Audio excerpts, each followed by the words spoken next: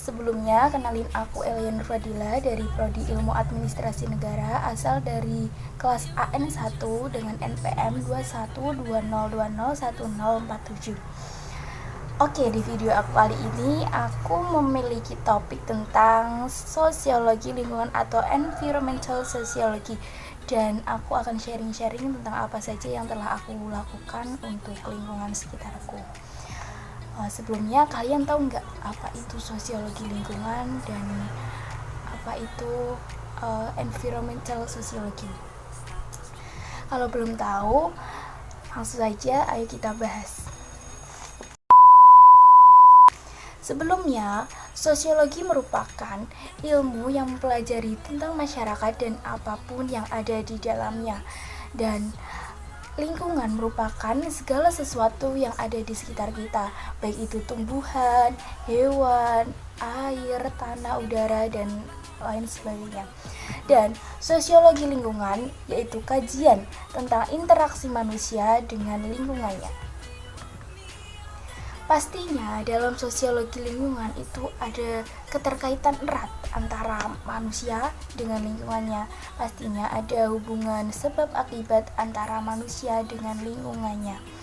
Misalnya saja ketika manusia melakukan reboisasi, itu manusia memberikan sebab kepada lingkungannya dan lingkungan akan merespon dengan memberikan akibat oleh apa yang telah dilakukan manusia.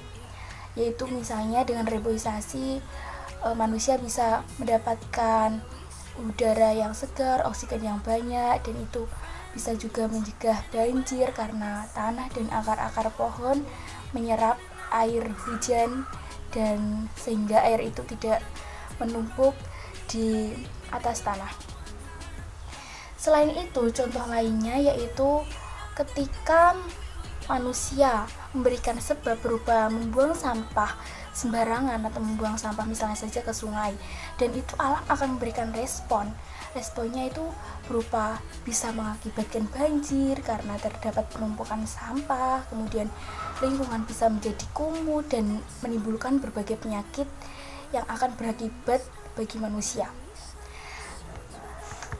Lalu itu mengapa dinamakan manusia dikatakan memiliki kaitan yang erat dengan lingkungannya, karena mereka itu saling memberikan dampak berupa sebab akibat satu dengan yang lainnya, baik itu dampak atau sebab akibat positif maupun negatif. Nah, selanjutnya aku akan membahas sebab akibat manusia dan lingkungannya. Aku akan sharing kepada kalian apa yang telah aku lakukan untuk menjaga lingkungan aku. Pastinya itu adalah hal yang positif ya. Oke, langsung saja. Yang pertama yang telah aku lakukan kepada lingkunganku yaitu membuang sampah di tempatnya. Itu merupakan hal kecil yang kita sendiri tuh harus lakukan untuk menjaga lingkungan kita. Karena apa? Karena dengan kita memberikan sebab kita membuang sampah di tempatnya, maka lingkungan akan merespon, menjadikan lingkungan kita menjadi bersih, bebas dari penyakit, bisa tidak akan terjadi banjir. Jika kita tidak membuang sampah di sungai kan tidak akan menjadi banjir, lingkungan tidak akan kumuh dan lain sebagainya. Yang kedua yang aku lakukan yaitu melakukan kerja bakti.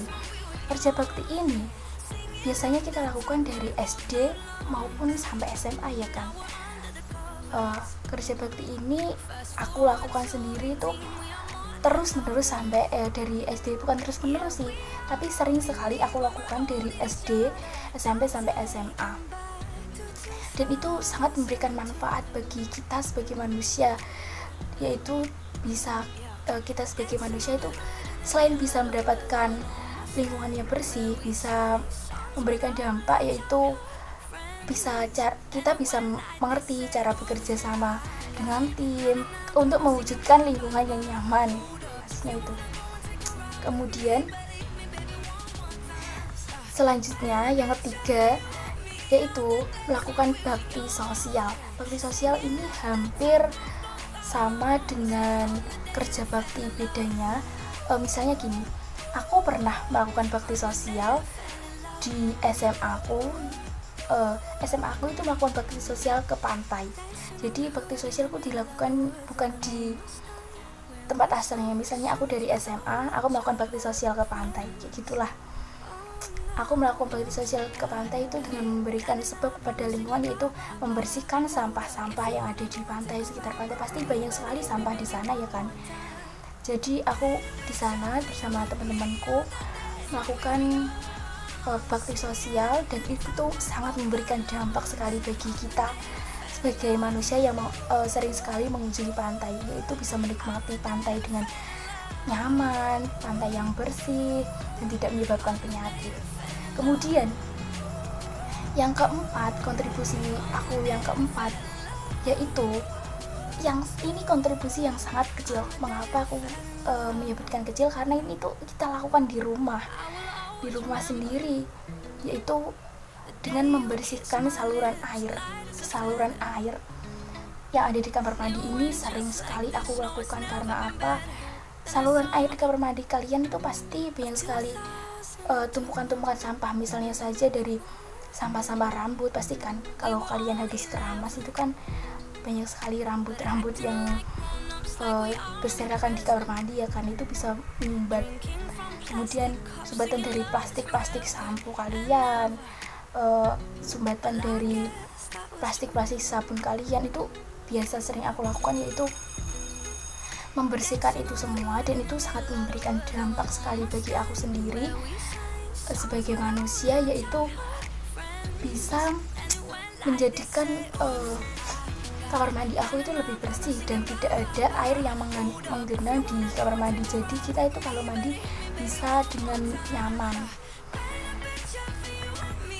Selanjutnya, jika kita tidak ada air yang menggenang di kamar mandi, itu membuat saluran air kita itu nyaman sekali. Maksudnya air mengalir dengan semestinya lah, tidak ada yang menyumbat. Jadi tidak ada genangan air lagi ketika kita mandi. Kemudian selanjutnya, kontribusi yang telah aku lakukan kepada lingkungan, yaitu dengan menanam berbagai tanaman di sekitar rumahku, dan pastinya harus merawatnya. Dengan adanya hal ini, pasti manusia itu sangat mendapat dampak yang positif dari lingkungan. Karena apa? Karena dengan kita memberikan sebab menanam berbagai tumbuhan di sekitar rumah dan pastinya merawatnya, jadi itu membuat lingkungan memberikan akibat, yaitu dengan lingkungan kita bisa menjadi sejuk, tidak panas, karena banyak sekali pohonan yang ada di sekitar kita. Dan pohon-pohon itu juga bisa jika menghasilkan buah juga bisa kita konsumsi. Selain itu juga bisa menyerap menyerap air ketika ada hujan, jadi tidak terjadi banjir. Mungkin itu ya yang bisa diberikan lingkungan kepada kita. Selanjutnya, yang terakhir yang pernah aku lakukan, yaitu membersihkan bak mandi. Ini hal kecil ya, tapi ini bisa membuat kalian itu ikut serta atau berkontribusi dalam menjaga lingkungan.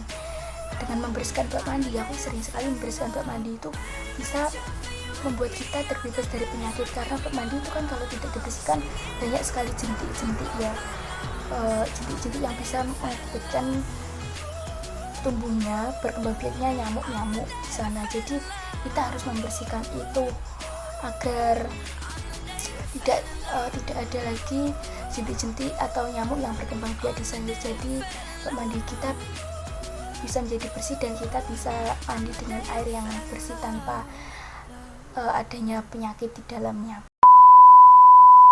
Mungkin itu saja pembahasan kali ini ya. Pesan aku, kita semua sebagai manusia harus wajib sekali menjaga lingkungan sekitar kita, karena itu semua akan berdampak kepada diri kita sendiri. Jika kita memberi dampak yang positif kepada lingkungan, maka lingkungan itu akan merespon kepada kita dan memberikan dampak positif pula kepada kita. Dan jika kita berikan sebab negatif kepada lingkungan, maka lingkungan itu akan merespon, yaitu dengan memberikan akibat negatif kepada kita. Dan ingat, apa yang kita tanam itu yang akan kita tuai. Terima kasih. Wassalamualaikum warahmatullahi wabarakatuh.